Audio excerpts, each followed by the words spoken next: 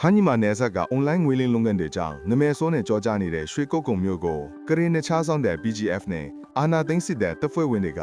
နိုဝင်ဘာလ17ရက်မှာဝင်ရောက်စီးနင်းခဲ့တယ်လို့ထိုင်းသတင်းတွေမှာဖော်ပြထားပါတ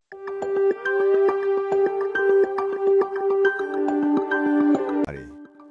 ။ဒါဟာ American ကမြန်မာအပါအဝင်အရှေ့တောင်အာရှနိုင်ငံတွေကကြားဖြတ်တွေကိုနှိမ်နင်းဖို့ Scam Center Strike Force ကိုဖွဲ့စည်းကြောင်းကြီးညာမှုအပြီးနဲ့တရုတ်ရဲ့မဲခေါင်မြဝင်းကနိုင်ငံ6ခုပါကြားဖြတ်နှိမ်နင်းခဲ့အဖွဲ့ဖွဲ့စည်းမှုအပြီးအခုလိုဖြစ်ပေါ်လာတာပါ BGF တကပြောရေးဆိုခွင့်ရှိသူဒုတိယဗိုလ်မှူးကြီးနိုင်မောင်စောဦးဆောင်ပြီးမြန်မာစစ်တပ်နဲ့ရဲတွေပါဝင်တဲ့ပူးပေါင်းအဖွဲ့ဟာရွှေကုတ်ကုံမြို့ထဲအခြေစိုက်တဲ့ကြားဖြတ်ရုံးချုပ်တွေကိုဝင်ရောက်စီးနင်းရမှာနိုင်ငံခြားသား346ယောက်ကျော်ကိုဖမ်းဆီးရမိခဲ့ကြောင်းအများစုကတရုတ်နိုင်ငံသားတွေလိုယူဆရကြောင်းထိုင်းသတင်း The Reporters မှာဖော်ပြထားပါတယ်ငွေလင်ကုန်တွေအလုပ်လုပ်တဲ့အဆောက်အဦအတွင်းနဲ့ဝင်ရမှာအလွာတိုင်းကိုအခန်းတွေဖွဲ့ထားပြီးအခန်းတစ်ခန်းစီမှာကွန်ပျူတာနဲ့စပွဲကုန်တွေမှာစက်ပေါင်း30ကနေ50အထိရှိနေတာကိုတွေးရှိရကြောင်းသိရပါတယ်။နိုင်ငံခြားသားတွေဟာအခန်းထဲမှာအလုပ်လုပ်နေကြပြီးဝင်ရောက်စီးနင်းချိန်စပွဲအောက်တွင်ပုံအောင်နေခဲ့ကြက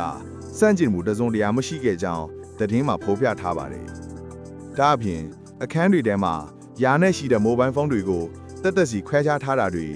လျှက်စစ်တပ်အားကျိုးတွေနဲ့အခြားလက်ထွန်းတွေတိတိယတွေကိုလည်းရှားဖွေတွေ့ရှိခဲ့တယ်လို့သိရပါတယ်။ BGF တပ်ကဒီစစ်စင်ရဲဟာငွေလင်းကုန်းတွေကိုအပိတက်နေနေမယ်လို့အရင်ကပြောထားသလိုဆောင်ရွက်တာဖြစ်တယ်လို့ကြေညာခဲ့ပါတယ်။ နောက်ထပ်သတင်းတစ်ပုဒ်အနေနဲ့ထပ်မံတင်ပြပေးလိုပါတယ်ခင်ဗျာ။မန္တလေးတိုင်းစင်ကိုင်မြို့နယ်တွင်အကြမ်းဖက်စစ်တပ်၏အတူရောင်တရားမဝင်ရွေးကောက်ပွဲဖြစ်မြောက်ရေးအတွက်ပူးပေါင်းပါဝင်နေသောပြူစောတိ9ဦးကိုအရှင်ဖမ်းမိက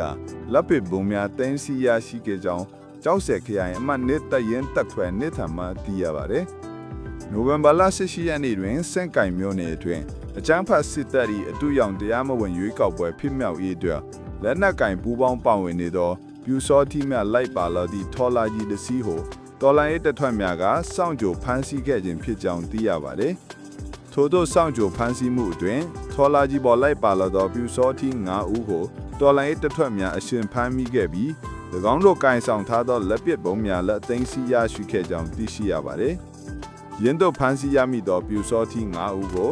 မြို့နယ်ပြည်သူ့ကာကွယ်ရေးတပ်ဖွဲ့များထံလွှဲပြောင်းပို့ဆောင်လိုက်ပြီးအရေးယူမှုများဆက်လက်လှုပ်ဆောင်သွားမည်ဖြစ်ကြောင်းသိရပါတယ်။အဆိုပါဖမ်းဆီးမှုကိုကျောက်ဆယ်ခရိုင်အမှတ်1တပ်ရင်းတပ်ခွဲနှင့်ကျောက်ဆယ်ခရိုင်အမှတ်1တပ်ရင်းတပ်ခွဲ3နှင့်စင်ကိုင်ပါကားဖတို့ကပူးပေါင်းလှုပ်ဆောင်ခဲ့ခြင်းဖြစ်ပြီးတော်လိုင်းရေးရဲဘော်များအထီးအခိုက်မရှိပြန်လည်ဆုတ်ခွာနိုင်ခဲ့ကြောင်းသိရပါတယ်။အလားတူဇူလိုင်လပိုင်းကလည်းနတ်မောက်မြို့သစ်လမ်းပိုင်းတွင်တော်လိုင်းရေးတပ်ခွဲများလလမ်းပိုင်းလုံခြုံရေးစစ်ဆေးမှုပြုလုပ်နေစဉ်ရွေးကောက်ပွဲကော်မရှင်အကြီးတန်းစာရေးမောင်းမင်းသူကိုလည်းအရှင်ဖမ်းဆီးနိုင်ခဲ့ကြောင်းထို့သောဖမ်းဆီးရမိခဲ့သောရွေးကောက်ပွဲကော်မရှင်အကြီးတန်းစာရေးမောင်းမင်းသူထံမှရွေးကောက်ပွဲလုပ်ငန်းစဉ်များနဲ့ပတ်သက်သည့်စီရင်တချို့ကိုတင်စီရရှိခဲ့ကြောင်းသိရှိရပါတယ်။